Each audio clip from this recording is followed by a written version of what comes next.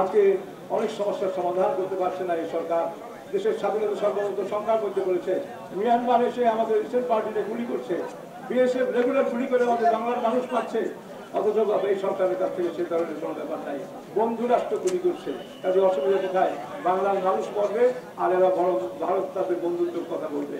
তারা অনেক কিছু দিয়েছে। আমাদের আজকের প্রধানমন্ত্রী বলেছেন ভারতকে আমি যা দিয়েছি তা ভারত কখনই ভুলতে পারবে না। অথচ আমরা জানি তিস্তা পানি চুক্তি করতে পারেন নাই, আপনি খালি হাতে ফিরে এসেছেন। আপনি 2 পাও দিয়ে দেখেছেন চায়না এবং ভারতে তারা সবাই এই প্রকল্প নিতে চায়, অথচ আপনি আসলে তিস্তা প্রকল্প তারা করার মতো সাধ্য তাদের নেই। মমতা ইচ্ছা করলে মোদীর সাথে কথা বলেই চেষ্টা করছে, কিন্তু আমার মনে হয় না তিস্তার পানির প্রজেক্ট তারা করতে পারবে। এইভাবে একটি দেশের সরকার লেজুর ভিত্তি করে আজকে ক্ষমতায় থেকে দেশের মানুষের ভোট কেড়ে নিয়েছে। একটা দেশের মানুষের ভোটাধিকার যদি না থাকে তাহলে দেশের স্বাধীনতা থাকে না।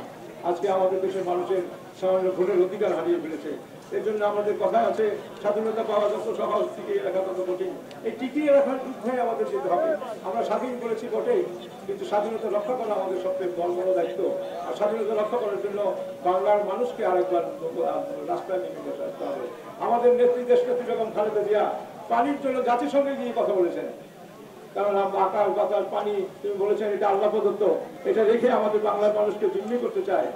আজকে আমরা বুঝতে পারি গণতন্ত্র পাওয়ার পূর্বে আমাদের দেশনেত্রী খালেদা জিয়ার নেতৃত্ব দরকার। বাংলাদেশের সমস্ত মানুষগুলো ঐক্যবদ্ধ হয়েছে, আবারও মানুষগুলো ঐক্যবদ্ধ হবে। এই ঐক্যবদ্ধ হচ্ছে দেশ রক্ষার জন্য ঐক্যবদ্ধ, এবং এটা আমরা চাই আমাদের নেত্রী দেশনেত্রী খালেদা জিয়া যে অবস্থায় থাকুক না কেন তাকে বিদেশে চিকিৎসা করতে তারা দেবে না।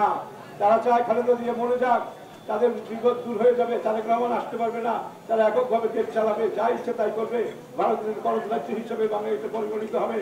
কাজেই বাংলার মাটিতে তারা যেসব কথা হয় আল্লাহ সেসব শাসক না চলবেন না। আমি বিশ্বাস করি খালেদা জিয়া বের হবেন, আমাদের আন্দোলনের মাধ্যমে বের হবেন, খালেদা জিয়া বের হবেন এবং গণতন্ত্র প্রতিষ্ঠিত হবে।